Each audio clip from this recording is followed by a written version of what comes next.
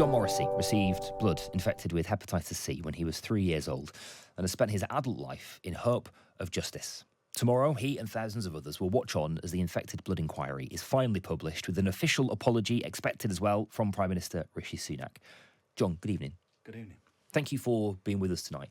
How does tonight feel? I feel nervous, a lot of anticipation, quite a lot of emotion, obviously. I've been to one of the events that's been organised this afternoon on Parliament Square, and really found that very emotional. I've got to say, over the past couple of weeks particularly, I've found myself bursting into tears quite a lot, because it feels like the culmination of an awful lot of worry, anxiety, concern, and as things become clearer and the inquiry comes closer to publishing its findings, it's really obvious that there's going to be a great deal of information that comes to light now that we weren't aware of before, and probably really impacts on what we'll all feel about how we were treated. You received infected blood at the age of 3. Yes, probably well before my 5th birthday. It's all you've known in many ways. Yeah, absolutely, grew up with it. How's that influenced your life? Hugely, actually. It's something that my close family have had to deal with all the time, and for probably the first couple of decades had to deal with very much, if not in secret, then it wasn't something you particularly talked about. You may remember at that time, Darryl, you had the tombstone adverts, "Don't die of ignorance," all of the AIDS publicity. And so it wasn't something that you could share at all. Many people in the tainted blood groups and others have received really awful abuse and have been ostracised. So for a long time it wasn't something that you talked about. And even more recently, as the inquiry and other evidence has begun to become public, it's not something that people particularly understand. So it's been quite isolating. It's affected me and my family quite significantly. I had to wait for a long time before I was able to start a family. I had to go through several courses of pretty horrendous drug treatment, experimental drug treatments, to try and rid myself of it. And I guess in terms of my life as well, it's very much dictated my approach to my career and the things I chose to do, the things I didn't do. So yeah, huge impact all round, I would say. What didn't you do? I didn't do anything that had a great deal of sort of risk attached to it. So I've played it safe the entire time. I've perhaps, I know, that when I've been offered roles or opportunities that look really exciting and that I'm convinced, looking back on it, I could have done and I could have done really well at, I haven't wanted to do that because I felt that I needed the security of predictable employment, of decent sickness benefits, all of that kind of stuff. So it's made me, I guess, very small c conservative in my approach to those kinds of things throughout my life and throughout my career. You said that, particularly when you were younger, there were the adverts, there was a culture of fear around Absolutely. This issue, and you pointed to abuse. Did you receive abuse? People abused you? Yeah. Some of that was probably just classic childhood ignorance and bullying. So yeah, as a child, I spent quite a lot of time in a wheelchair or on crutches, and you'd be singled out for that.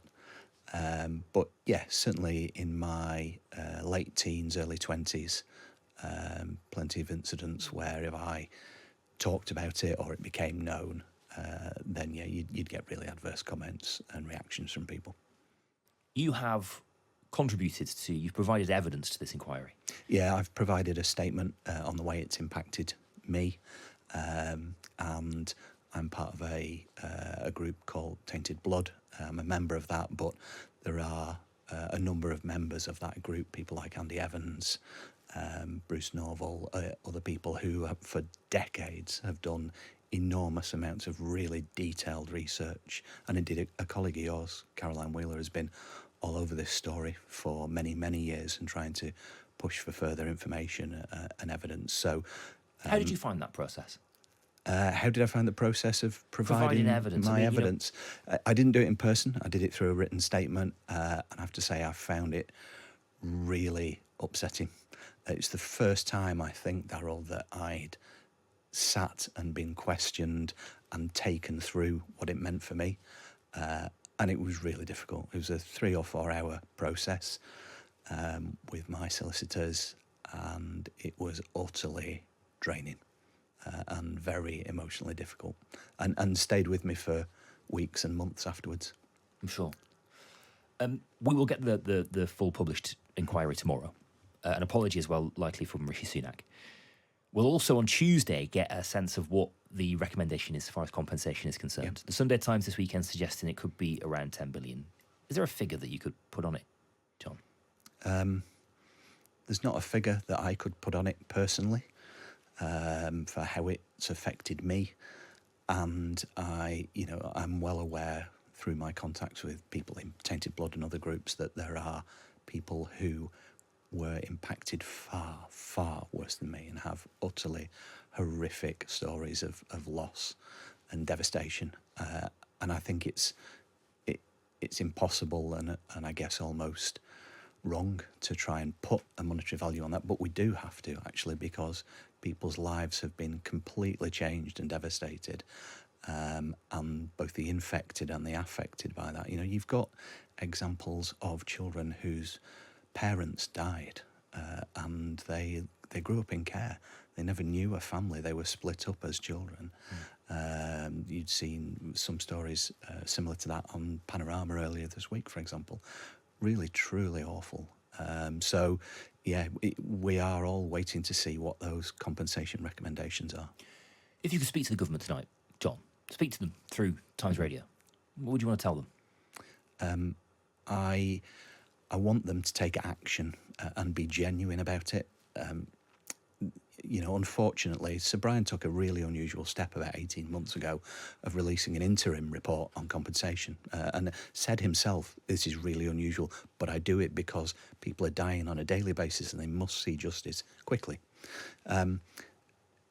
It was admitted in meetings with the government this week that despite for the past 12 or 18 months, them saying we're working at pace, we're doing everything we can to get this ready, we'll be ready to respond.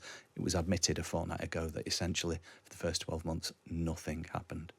I do believe the Paymaster General now is working very, very hard with his staff to have prepared, and they assure us they will be ready to issue real proposals on Tuesday. But I think what all of us would hope for is that those aren't just proposals on a piece of paper, but there is a genuine commitment to making this happen, not just talking about it.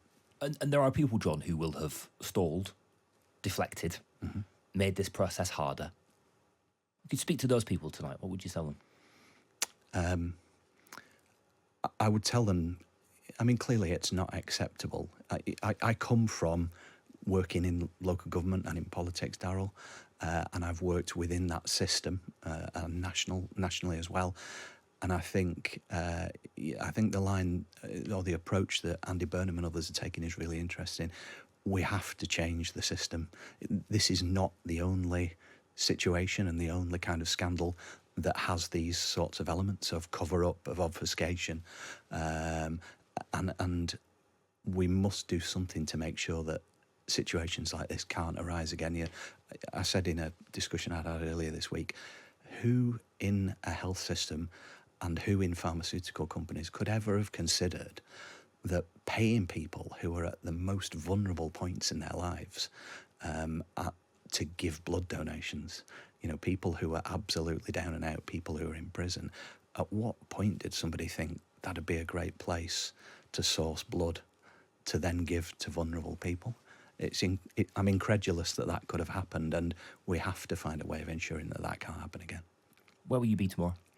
I'll be in Central Hall in Westminster. We get early access to the report from 8 o'clock in the morning.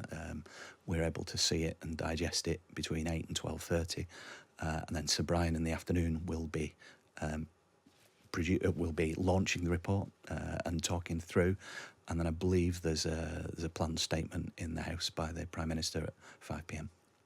I hope it's the day that you wanted, needed, John. Thank you. Yeah, I hope so too. Not just for me, but genuinely.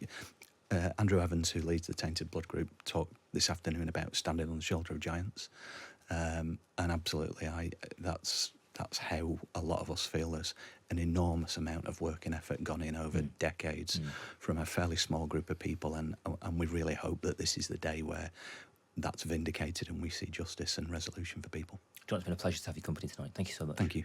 John Morrissey, who is part of that Tainted Blood group, was infected with hepatitis C at the age of 3 years old.